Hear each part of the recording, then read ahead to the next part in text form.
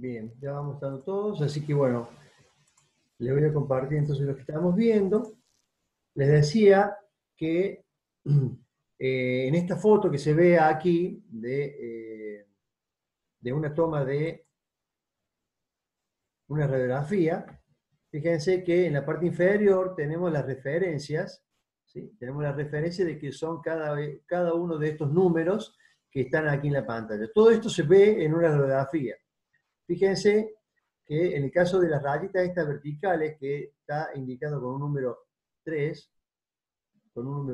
¿sí? Eso nos da lo que hablamos recién, la calidad de la imagen, ¿sí? Entonces, de acuerdo a cómo uno puede comparar la radiografía con cada uno de estos hilos, ¿sí?, de referencia, es la calidad de la imagen, la calidad de la imagen. Si podemos comparar, digamos, la toma visualmente de la foto de la radiografía con las rayitas más finas, digamos, de la norma, quiere decir que la calidad de imagen está óptima, que puede ser aceptable para determinar las diferentes fallas. Y así, bueno, todas estos números que ustedes ven, por ejemplo, el número 7, que lo tenemos a derecha y a izquierda, es un número que marca cuál es el principio y el final de la radiografía. Les decía recién, cuando necesitamos hacer una radiografía continua, obviamente que nuestra máquina y nuestra película no va a ser de tamaño tan importante como puede ser una soldadura en cuanto a su longitud. Entonces lo que hacemos que es en la próxima soldadura con algún tipo de marca, volver a iniciar, por ejemplo, en la línea 7 hacia la derecha y volver a marcar cuál sería el final. Y así uno va uniendo todo el cordón de soldadura y va pudiendo determinar a todo lo largo si hay algún tipo de interferencia, alguna falta de llenado, de fundido, de llenado de la soldadura o alguna otra cuestión que tenga que ver con incrustaciones, falta de fusión, etcétera, etcétera. Esto sería entonces, fíjense, en la parte superior ustedes están viendo lo mismo que en la foto blanco y negro, ¿sí? En la parte de arriba. Ahí tienen ustedes el 4003, que es este 4003 que está acá en la foto, ¿ven? Acá ustedes están viendo el cordón de soldadura, ¿sí? Fíjense que en estas partecitas negras es como que hay fisuras en la soldadura. Acá estamos viendo de perfil la soldadura como si fuera un corte, acá estamos viendo el perfil de la soldadura. Fíjense acá donde había como unas fisuras, aquí fíjense acá abajo como se ve negrito, significa que hay escoria o hay falta de fusión de los materiales. O sea, de esa manera podemos ver más fácilmente el interior. Fíjense que es interesante en lo que es la radiografía de cañerías, ya sean gasoductos o caños un poco más pequeños, incluso recipientes, ¿verdad? Fíjense que se pueden hacer de doble imagen, como indica aquí, donde no solamente va a radiografiar el cordón de soldadura propiamente dicho, sino que lo hace de una manera inclinada, fíjense, y en la película vamos a tener que interpretar nosotros qué es soldadura, que va a tener una densidad distinta a lo que es el material. Acá se llama doble pared, doble imagen. Fíjense cómo está la gráfica entre la fuente, el caño o soldadura que se quiere radiografiar y la película en la parte inferior. En este caso, la fuente entra perpendicular al cordón, por eso habla de doble pared, pero simple imagen, ¿sí? Simple imagen porque de la soldadura se va a ver, digamos, una sola imagen. Para determinar, digamos, en estos casos, fisuras o incrustaciones, hay que ser bastante experto, porque fíjense ustedes que estamos tomando como doblemente a la soldadura una radiografía. Por lo tanto, lo que se hace en la mayoría de los casos es, como estamos viendo aquí, poner la fuente, ¿sí?, y la película en la parte de abajo, ¿sí?, tanto sea en la fuente externa con la película abajo, como fuente interna, fíjense, una fuente interna de emisión y la película abajo.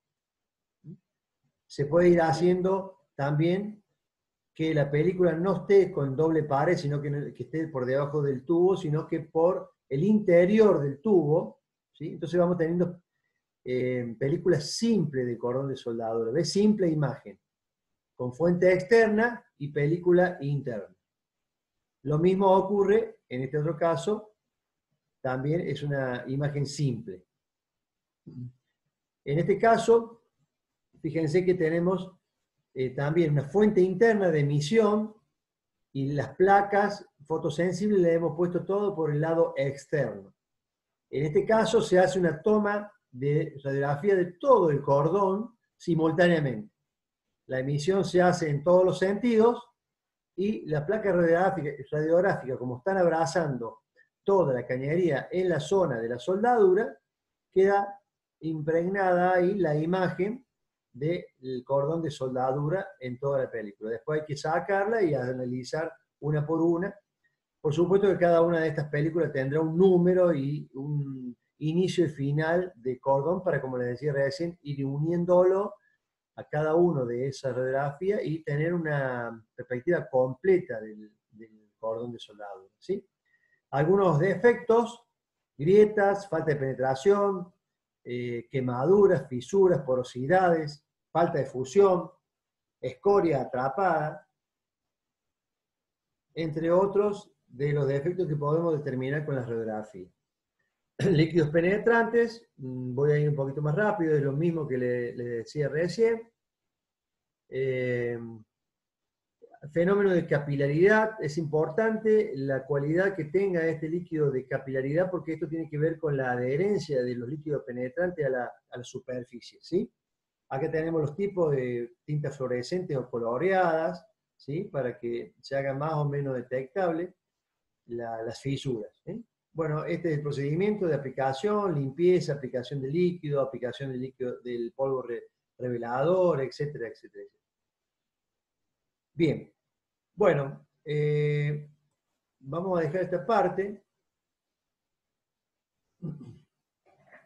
Ahora, no sé si hay alguna pregunta. Con esto terminaríamos y ya se los voy a subir al aula virtual, a estos apuntes y a otro que me falta terminar de la primera parte, donde también había un poquito más detalladamente cada uno de los ensayos más importantes, ¿sí?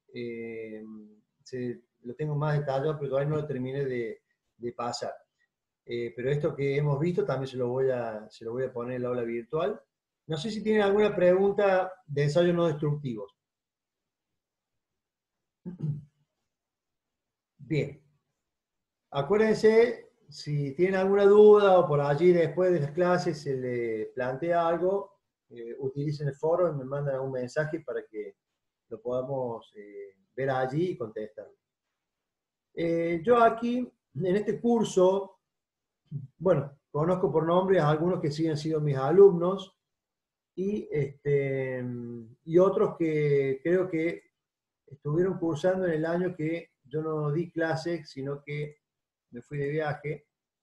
Entonces, me parecía importante para todos, ya que estamos en este tema, ¿no es cierto?, de detectar fallas, de ver algunas filminas de una conferencia que se dio el año pasado. Por eso se los voy a dar a los que ya incluso a lo mejor en tercer año hemos visto algo de corrosión, pero no está de más porque la verdad que está bastante interesante este apunte, donde vamos a ver específicamente y de manera fotográfica o cuasi fotográfica esto.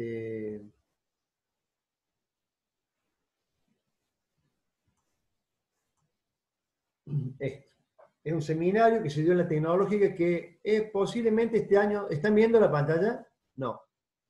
Sí, profe. ¿Sí? Dice seminario sobre seguridad en calderas. Exactamente. Bueno, justamente este seminario probablemente se haga de nuevo. Yo estoy al tanto porque el ingeniero Baldo, de metalurgia, que alguna vez también daba esta materia, estaba a cargo de eso con otros ingenieros del INTI.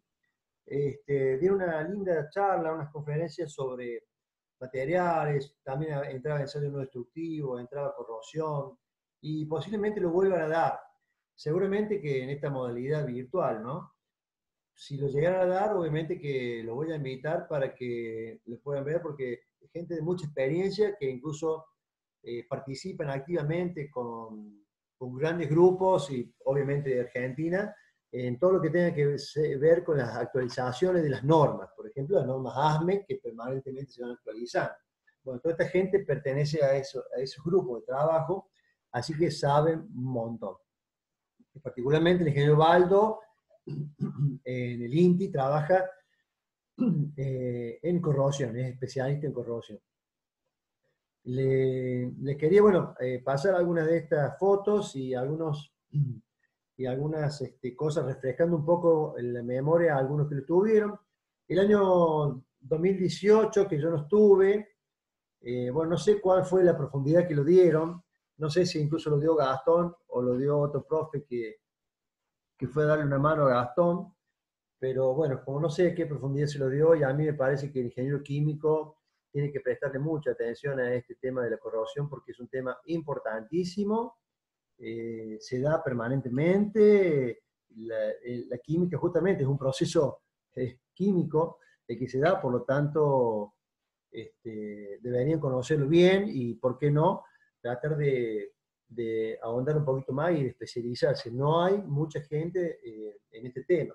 Pero más allá de especializarse o no, yo creo que ustedes como ingenieros químicos y digamos, la posibilidad de hacer diseños de plantas, de hacer mantenimiento, es muy importante que conozcan esto porque las formas en que se presenta la corrosión y las formas de dominarla, digamos, de por lo menos prevenir o de frenar el avance de la corrosión, es importante conocerlo. Por eso que tercer año lo damos un poquito más de lo que voy a dar ahora, por supuesto, con los métodos y todo eso, de control de la corrosión. Pero bueno, quería mencionárselo porque me encontré con estos que me parece interesante, aparte se van metiendo en todo lo que es el tema cañerías, recipientes, extremos, soportes, que ya en la clase que viene vamos a empezar a hablar un poquito de eso, ¿no? De cañería fundamentalmente, para, bueno, ir conociendo todos los elementos que componen una planta industrial. Así que bueno, bueno, fíjense, acá tenemos, por supuesto, distintas plantas, ¿no es cierto?, con elementos como recipiente, como cañerías. En este caso tenemos cañerías que están protegidas con un sello térmico, ¿no es cierto?, están aisladas, seguramente que acá circula vapor o algún producto a alta temperatura, que para no perder, digamos, el rendimiento y que entre en proceso a la temperatura adecuada, tiene que ser recubierto con un aislante, lo mismo que en este caso el recipiente. Está recubierto con un aislante y después toda una cantidad de chapa, normalmente suelen ser chapas inoxidable o de aluminio, que contienen el aislante para que, bueno, esté pegado, digamos, a la superficie. Pero bueno, vamos un poco a lo que les quería mostrar yo, que es el tema corrosión. En todos los equipos químicos y de procesos siempre va a haber corrosión. Fíjense, ya sea porque estamos trabajando con algún fluido que ataca a las superficies o vapores, gases, etc. O simplemente agua o vapores de agua que con el correr del tiempo también deja, ¿no es cierto?, sentado su presencia a través de corrosiones. Lo que hay que saber determinar es si ese tipo de corrosión es muy perjudicial según la forma que se presente o si la velocidad de la corrosión es importante. Porque corrosión, en la mayoría de los casos, siempre vamos a tener, y una forma de detenerla sería con algún método eléctrico. ¿Se acuerdan? En los métodos catódicos o anódicos para que no tuviera corrosión, por ejemplo, cañerías enterradas o recipientes que se encontraban bajo suelo, también era muy utilizado ese tipo de control de la corrosión, ¿no? Pero,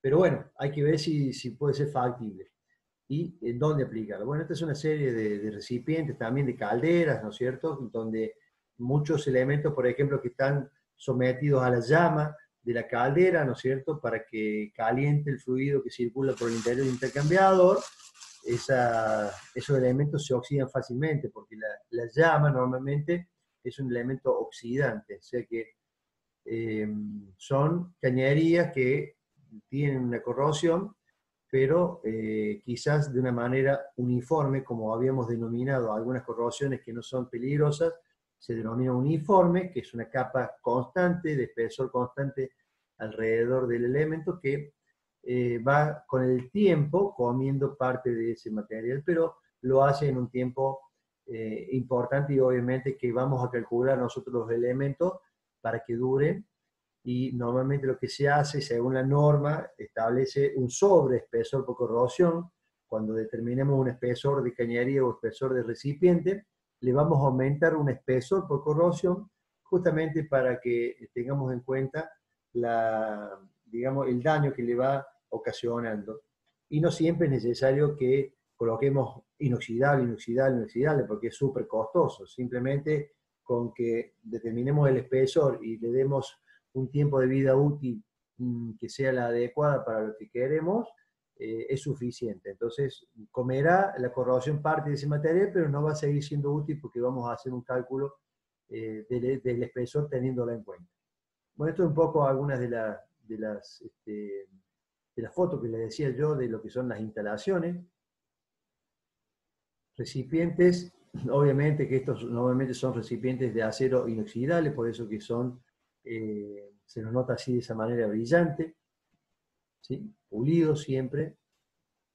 Se oxida el acero inoxidable, pero es una capa de óxido pasiva, que significa que una vez que se generó esa capa de óxido, es de una forma tal que lo hace impermeable esa capa, y el oxígeno no puede penetrar a oxidar las capas más por debajo de la misma. Entonces se dice que el material está pasivado, quiere decir que no se sigue corroyendo a una velocidad importante, porque esa capa de óxido generada impide el contacto con el oxígeno. ¿Sería algo así como el aluminio, profe? El aluminio también es un material que se pasiva, digamos, solo, sin necesidad de, por ejemplo, una protección anódica, como era cuando teníamos una corriente, ¿no es cierto?, que le inducíamos al material y generamos eso, ¿no?, que sea nuestro elemento un ánodo para que se produzca en la superficie esa capa de óxido cuasi digo, impermeable, y que hacía que el material se pasivara. Sí, el bronce lo mismo. Hay muchos materiales que se pasivan naturalmente, digamos. Con el contacto al aire simplemente ya se forma esa capa de óxido. Ustedes fíjense, si tienen ollas de aluminio o ollas de acero inoxidable, pasen en virulana, déjenla brillante, a espejo. Y déjenla en cualquier lado, en la alacena, abajo, ahí en intemperie, arriba de la cocina, y fíjense en un par de días y van a poder mirarse el espejo como se miraron el día que la pulieron bien. Bueno, seguramente que no, se les va a opacar, porque justamente se ha oxidado. Son materiales que fácilmente se oxidan, pero así como se oxidan, forman esa capa de óxido que es impermeable y se pasivan. Se dice que se pasivan. Bien. Bueno, los mecanismos de deterioro, en este caso habla de calderas y recipientes a presión, ¿no es cierto? Fundamentalmente, produce daños y cambios perjudiciales en el material, ¿no es cierto? Y altera la condición o sus propiedades mecánicas. Son progresivos, como le decía recién yo, y acumulativo, obviamente se va aumentando esa capa de óxido, pero a distintas velocidades, se va haciendo progresivamente, pero en algunas circunstancias dice irreversible. Obviamente, en algunas circunstancias, sobre todo cuando ese ataque corrosivo comienza a ser más agresivo o más puntual, ya comienza a ser no tan progresivo, sino que puede ser quizás un daño más rápido e irreversible, ¿no es cierto? Puede ser por ataque químico, ¿se acuerdan? Por fluencia lenta o creep, ¿se acuerdan el creep? Que era la deformación de los materiales que estaban sometidos a altas temperaturas y sometidos también a presión. El creep hacía eso, o sea, se iba deformando lentamente hasta que también el material podía colapsar por creep, ¿sí? Y otros mecanismos de daño, por ejemplo, la erosión, fatiga de los materiales, degradación térmica. Bueno, son algunos de los mecanismos de daño. Estos mecanismos de daño obviamente se dan durante el servicio. Se dicen así, mecanismos de daños en servicio, porque dan justamente cuando la planta comienza a funcionar, ¿no? La comprensión de estos mecanismos altera obviamente la resistencia mecánica que pueden tener los recipientes, por lo tanto, el conocimiento de los métodos que hablamos recién de inspección son importantes y la aplicación de los mismos es esencial para el control preventivo de posibles fallas de nuestros equipos. Bueno, la corrosión, decíamos, cuando el material reacciona con el medio ambiente, ¿sí? Puede darse por naturaleza húmeda o electroquímica. ¿Se acuerdan ustedes que la naturaleza, digamos, propiamente química de la corrosión era la combinación con el medio que lo rodeaba directamente, en una combinación, digamos, química? Y se daba por contacto, digamos, con el material, por ejemplo, con el aire del ambiente. Y la electroquímica, que era la que en el mayor de los casos se da, es aquella que donde hay un movimiento de electrones, hay un movimiento de iones que van y vienen. Para eso debemos tener, además de nuestro material, un electrolito que hace que favorece, mejor dicho, el movimiento de estos electrodos o de los iones. Entonces ese movimiento hacía que fuera una corrosión electroquímica. Recuerden ustedes que siempre se producían como pequeñas pilas.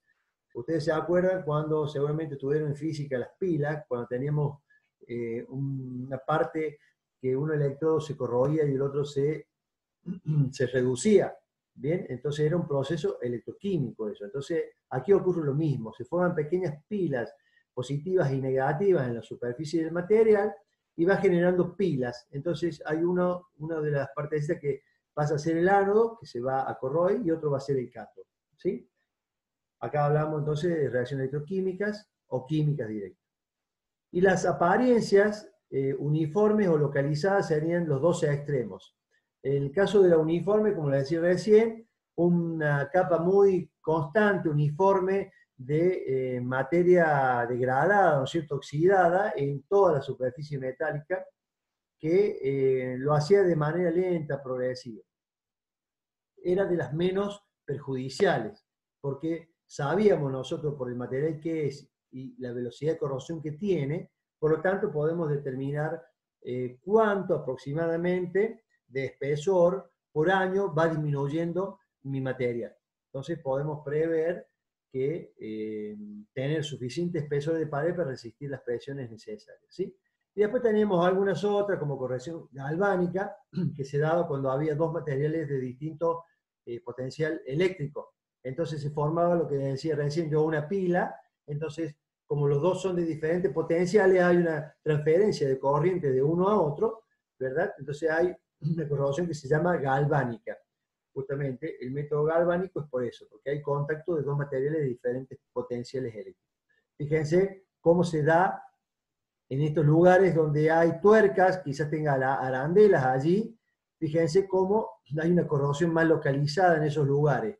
Bueno, eso se da porque el material del recipiente o del elemento que esté agarrando a estos tornillos con tuercas, bueno, en esa zona, como son de distintos potenciales eléctricos, se produce la corrosión más rápidamente y bastante localizada.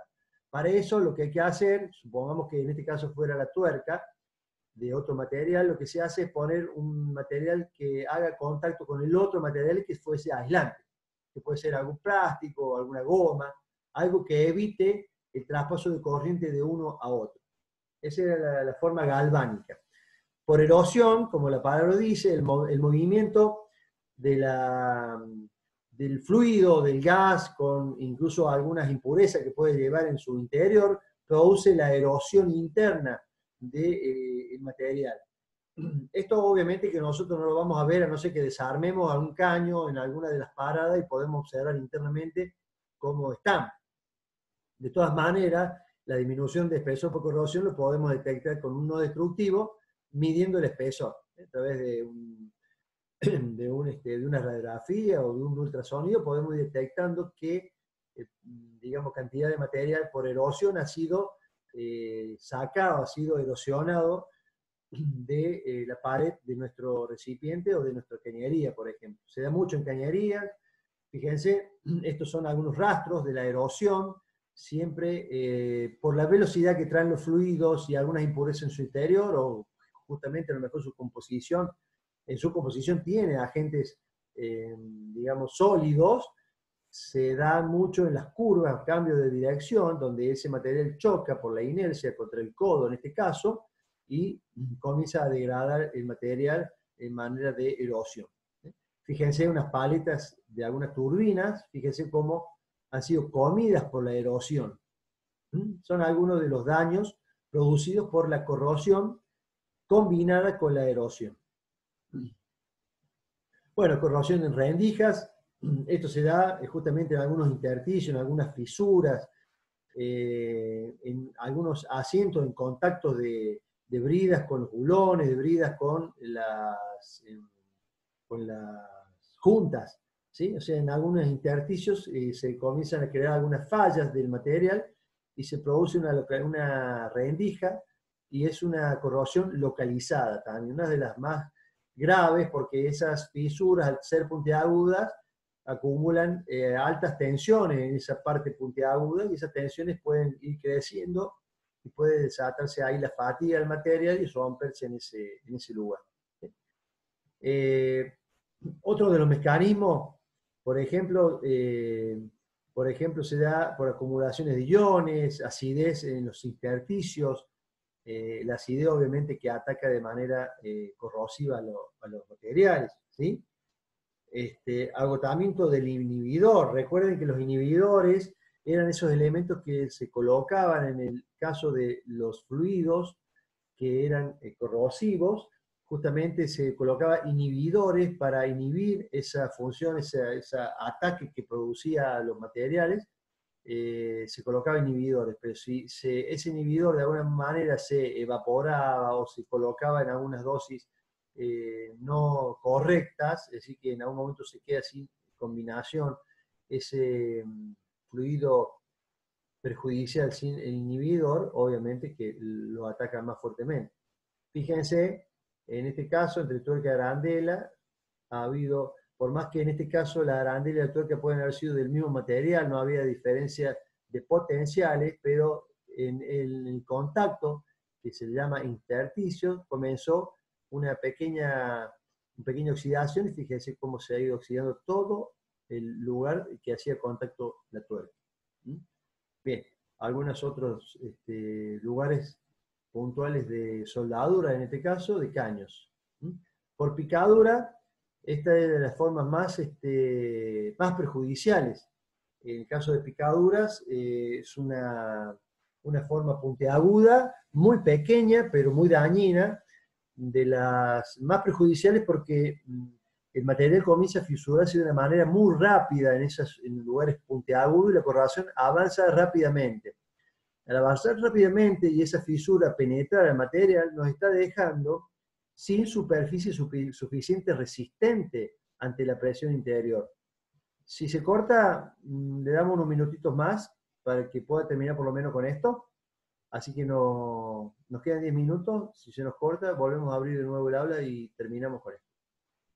Les decía entonces que estas son de las más perjudiciales y hay que tener muchísimo cuidado y tratar de detectarla a tiempo, porque si uno no detecta a tiempo este tipo de corrosión por picadura, en algún momento puede, digamos, colapsar y, bueno, puede producirse una explosión porque la rotura es abrupta. Al no soportar ya el espesor de pared que nos está quedando, la presión, el esfuerzo que está sometido, obviamente que la fisura facilita, digamos, la rotura total. Entonces, son de las más perjudiciales y las que hay que tener en cuenta. Por eso que siempre, cuando se fabrican elementos como cañerías, recipientes o algún tipo de accesorio, siempre las superficies deben estar normalmente mecanizadas, bien terminadas.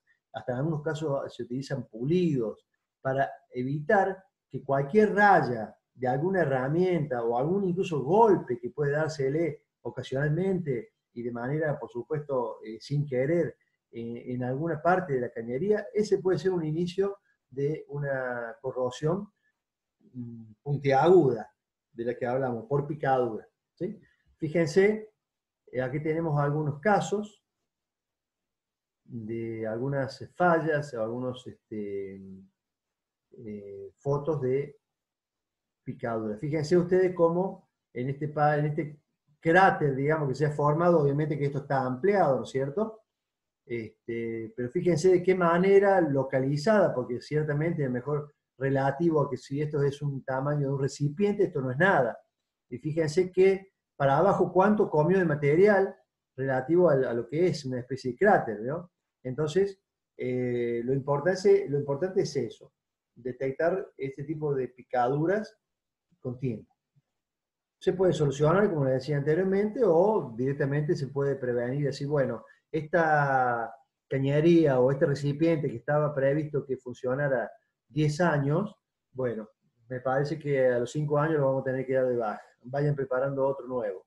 ¿Se dan cuenta? Es una manera de hacer ese tipo de diagnóstico de prevención, ¿no? No esperar que, bueno, estiramos un poquito más y cierto que van 8 años y explota el recipiente, explota la cañería con los daños, obviamente, que pueden ocasionar. ¿Sí?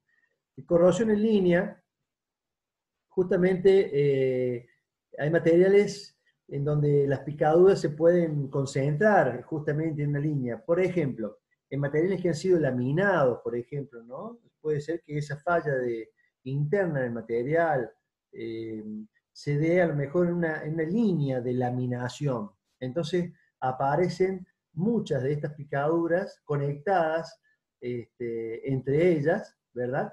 Como si fuera una línea, pero es porque ha habido un proceso o un mal proceso de fabricación donde justamente se han formado estas picaduras en ese proceso, que muchas veces no se logra ver, porque si son chapas laminadas, quizás a lo mejor esta línea digamos, de formas de picaduras, ¿no? Se da y la laminación lo va aplastando, pero va quedando adentro, entonces es difícil verlo. Por eso también otra de las cuestiones y de la importancia de la aplicación de los no destructivos en cuanto a la fabricación de estas chapas, como les dije, de los caños, que suelen ser controles continuos, en las chapas también debería haber un control continuo para detectar este tipo de fallas ya en fábrica, ¿no es cierto? Y que el fabricante esté tranquilo de que nos va a dar un certificado de que esa chapa, que después va a ser rolada y va a formar parte de un recipiente, está en condiciones óptimas para resistir las presiones y por el tiempo que determinemos nosotros de acuerdo al espesor que vaya a tener. ¿Sí? Bien, bueno, fíjense ustedes, acá hay algunas fotos de este tipo de fallas por picaduras en línea. Fíjense cómo se forman una rajadura importante porque es una al lado de otra, una al lado de otra. Así que esto se da, fíjense, en el fondo de un recipiente, dice, ¿sí? O se suele dar en la interfase líquido-vapor, donde hay justamente una separación entre el líquido y el vapor, es una línea siempre que es muy difícil de evitar la corrosión ahí. Por ejemplo, fíjense ustedes que a lo mejor han visto alguna vez algún tacho de agua que se encuentra por mucho tiempo ahí estancada. Fíjense que por debajo del agua no suele estar corroída y por encimita del agua ahí nomás está corroída. ¿Sí? Entonces, en este límite entre el vapor y el agua, que existe en algunos recipientes, pasa lo mismo. O sea, por encima donde está el agua comienza a corroerse el material. Entonces, es una línea que si justamente se dan este tipo de picaduras, valga la redundancia, en línea, se producen estas fisuras como demuestra aquí la foto. Ese es de un fondo de un recipiente. El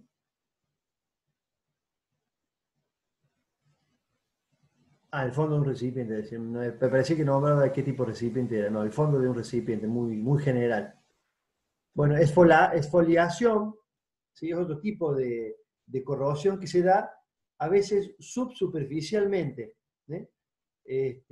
Posiblemente comience por alguna fisura, ¿no es cierto?, en algún lugar, pero se extiende por debajo de la superficie, y uno por allí no se da cuenta hasta que empieza a desfoliarse, se empieza como a descamar la superficie, porque claro, obviamente que la superficie parece bien a la simple vista, pero por debajo está la corrosión, hasta que, bueno, una parte importante de ese material se corroe, entonces comienza a levantarse el material porque ya no tiene un contacto íntimo, se ha descamado ese material, entonces comienza la desfoliación o de laminación, que también se le puede decir.